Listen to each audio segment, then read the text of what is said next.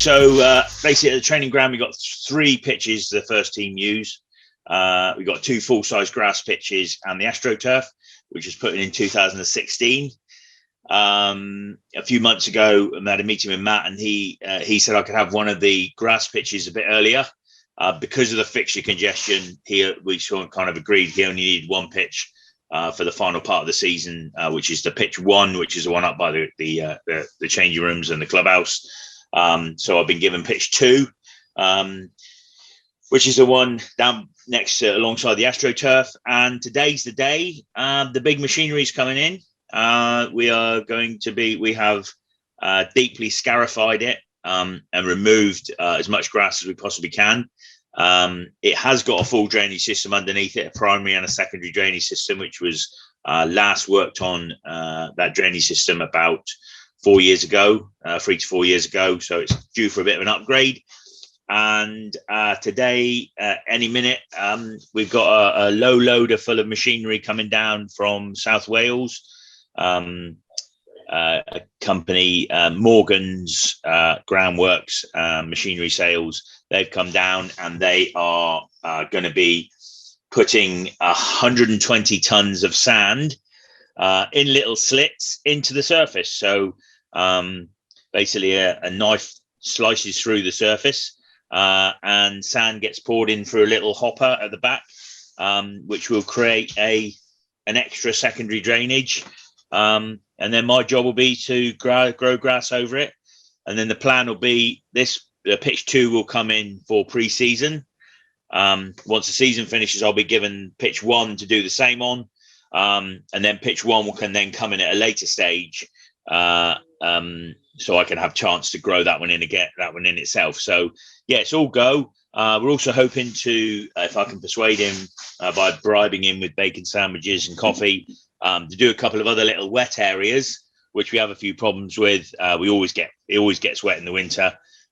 So we're hoping to improve a few other little areas. And I've sort of dangled the carrot that if he does a good job on pitch 2, then I'll ask him to tender for pitch 1 as well. So yeah, it's an exciting day for me. I've got 120 ton of sand sat right beside the pitch. I'm putting a bit of water on it at the moment to soften it up so that the machine doesn't have to work quite so hard. But yeah, I'll take a few videos as I go through, and hopefully it'll be of some interest, and then we can see better results, better playing surface in those winter months when it's really wet. I mean, they do use the Astro if it's really wet, which is fantastic, because I was here before the Astro and it would turn into a mud bath quite often before Christmas, and then virtually impossible to do anything with apart from roll mud for the rest of the winter. But we've managed it well, kind of with working closely with the coaches. We've managed it this year to keep grass cover. So yeah, very optimistic, and a big day in the groundsman's calendar, renovation day. And then obviously we'll be moving on into the stadium once the season finishes. I was going to say that. Is it exciting as it gets for groundsman? I mean, throughout the season, there's only little you can do, really, isn't there? So, and now you're, heading up the operations. Is it time that you can put your stamp on things and have things how you want them and get everything, to the standard that you want for next season?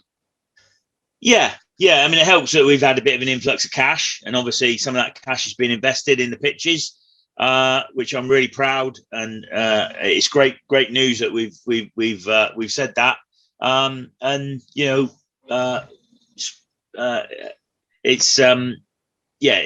obviously things have changed, and we're lucky we've got some money, so we can go ahead and do these jobs. Do what we need to do, rather than in the past where we haven't had the money, to be honest with you, and we've had to just do the best we possibly can. But the best we can this year is obviously going to be better, because there's a bit more investment, which is, for me, it's really great that we can do it, because me and my team, we can make a big difference. It is an exciting day for us. But obviously the big one's going to be the stadium. That's going to be proper excitement for a groundsman. I guess I've always wondered a little bit as well, what sort of input does Matt Taylor have with you in terms of your work and the pitches and how it all comes together? Well, quite a lot. I deal a lot with the coaches. Obviously, we're setting up and preparing their pitches as they're coming out to set up their cones and stuff. We get a lot of feedback, sort of like an appraisal, really. Every day is we don't sit down and actually, or I do sit down with Matt. We talk about stuff, but he sort of says what sort of surfaces he wants, and if we can't play on surfaces in the winter, it's obvious we need to improve them. So we need to get them on grass. And on grass, which is like the pitches, as often as we possibly can. There will be days where that's a physical impossibility because it's just too wet or too frosty. But our goal is to keep them on grass as long as we possibly can through the winter months, not to the detriment of the grass. Because, as I say, once you get in that cold season and you lose grass cover and it turns to mud, all you can do is roll mud, and that's no fun for us to maintain, and it's certainly no fun to play on, and it doesn't mimic the football pitches that the guys play on, which is ultimately what we're trying to do at the training ground.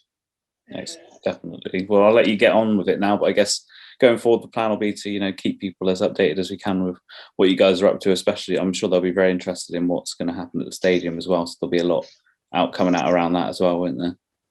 Yeah, that's going to be we're obviously making big changes in there, and we'll give it the respect that it deserves, and do some actual blogs dedicated to the stadium.